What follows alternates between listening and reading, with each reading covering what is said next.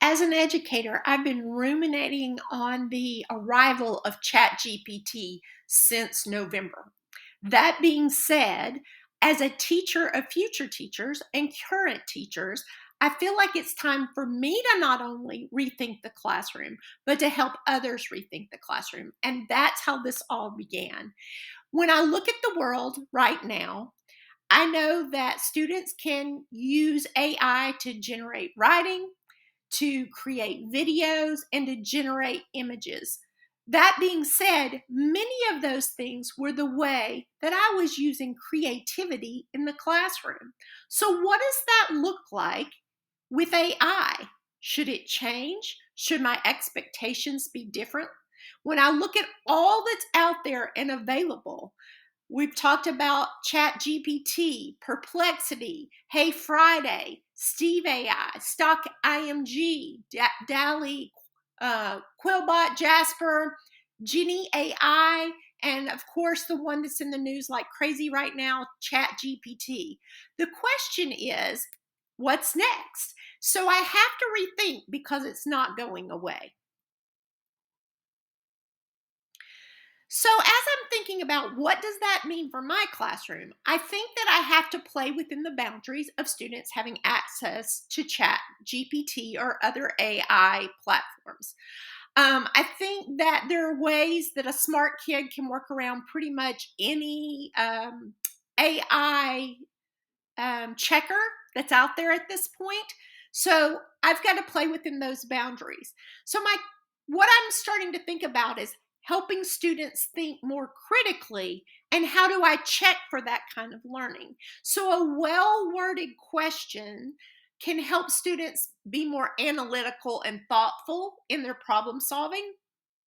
Asking that question as a starter for a paper might be one of the best ways to make sure I'm getting really good original work on their thinking, if that's what's important to me in that moment.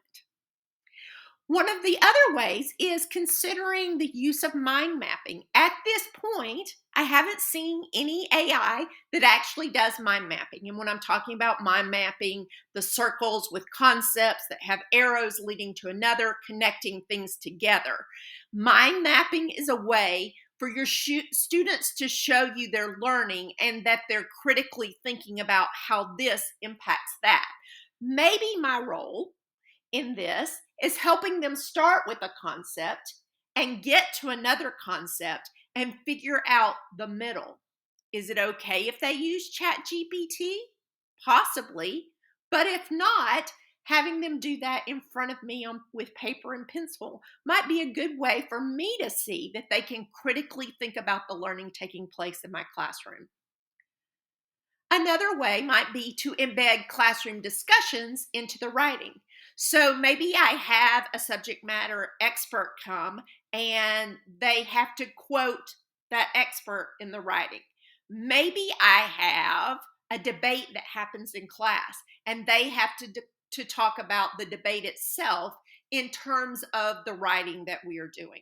By embedding things that are not available for AI to get to, I am making sure that students are thinking critically about what we're doing in class, even though they might be looking up for part of their paper or whatever, they might be using AI to find it. They have to put it all together with the thread of classroom discussions. Another way that I'm a big proponent, another thing I'm a big proponent of is just student check-ins. If I want to know if a specific student understands something, or if I want to know if it's their work, I need to check in with them on a regular basis. I need to pull them aside and not only ask them what they know, but how do you know that? How do you get there? So that you can learn that student's voice and learn when you're doing your reading of the things that they're turning in, what to expect from them in terms of what they're turning in. I think it's important for us to ask students to reflect on their learning, not just on giving me a paper on a certain topic, but reflect on how that impacts them. It helps them to look at areas they can improve on. They could even use ChatGPT or something like it um, to use a rubric and then go ahead and figure out how they can be better at what they're trying to say. They can analyze current events because most AI at this point does not do a good job on current events. So I could say, hey, what you saw that happened in the news this weekend, how does that relate to the lynchings that we saw on the Market Street Bridge in Chattanooga, Tennessee? Combine those thoughts together and tell me how they are like and how they are dissimilar. And then all of a sudden, I know that their answer can't come straight from an AI driven generated device. If you decide, hey, I can't fight this, which is a worthy thing to say, then have an expectation that your student has to have a paragraph on how they use ChatGPT in their assignment. If you do that, it lets them know, A, that you know it exists, and B, you're showing them how to truly give credit where credit is due. One of the things that I want to delve into more myself is relating unrelated things. I recently had a lesson plan where I am teaching educational technology courses. I wanted the primary learning goal to be about the ISTE standard number 2 for educators, which is the educator as a leader. I wanted the secondary thing to be that there would be an artifact that would show that the students are being empowered. And then I wanted the students to apply the SAMR model to that artifact. Some of those things are very nuanced, and wrapping my head around what that looked like as a good lesson plan was hard for me to begin with. But when I put it in ChatGPT and asked it to make me a lesson plan, while it wasn't exactly something that I ran with, it became something that I could, from that moment, get more creative with along the way. You could have your students create study guides with your help. The age level is supposed to be 18, but what if you did it together? You created that study guide. It might help everybody involved.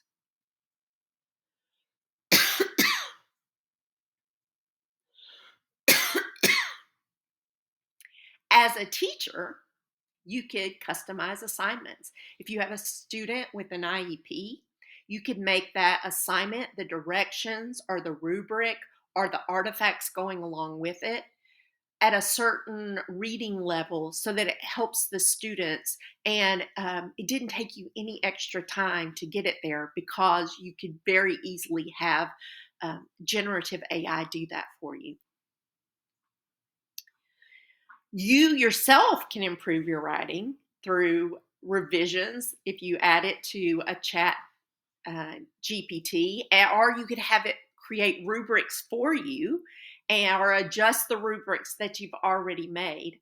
Or you could have students upload what they've done into it based on a rubric that you give them, and then have them ask the chat GPT to make revisions on that. And what does that look like? Do you agree with them? Do you disagree with them? In Google Docs, you have the ability to actually go in and write comments. You can have them kind of keep up with what the revisions were and whether they think they're acceptable revisions and why. Keep asking your students why they know what they know, why they believe what they know, and how do you know what you know? For you, it can actually help you with grading and feedback because it makes it more timely. Timely feedback is important. So I will say this, when using it for feedback, the examples I've seen, some of them I'm not been a big fan of, but if it means that a student that day or the next day then has feedback that they can adjust their writing for you. And in the past, it was taking you 3 or 4 days to gain that momentum and help them to also think critically about, is this truly good feedback, could be very beneficial to both you and your students, and giving you more space to do things that feel more critical in the moment. I think whatever you choose to do, whatever method you choose to adopt in AI in your classroom, whether it's I don't want you to use it, or here's how I want you to use it, or hey, we're all going to use it. I think you as a teacher have to think critically about that. You're also going to have to make some room for maybe different ways of teaching in your classroom. If you're not doing things like station rotation, where you're doing the check ins with your student, where you're doing more formative assessments, where you're doing quizzes and open-ended questions and group work and small group work, and having them reflect on things that they read, or reflective writing, then these things are going to be important for you to truly know if learning is happening in your classroom. Because it's less important that your lesson plan gets done, and more important, that your lesson plan gets done and that the learning has happened. It doesn't matter how you get to the end of that learning. What matters is the learning goals that you were striving to achieve through backward planning have happened. I encourage you to look for ways to both embrace things like ChatGPT in your classroom, and also to think critically about it. What are things you're losing? What are things you're gaining? And where is the sweet spot for you as a teacher to develop a classroom that is both responsive to what's happening now and empowering to your students for their future?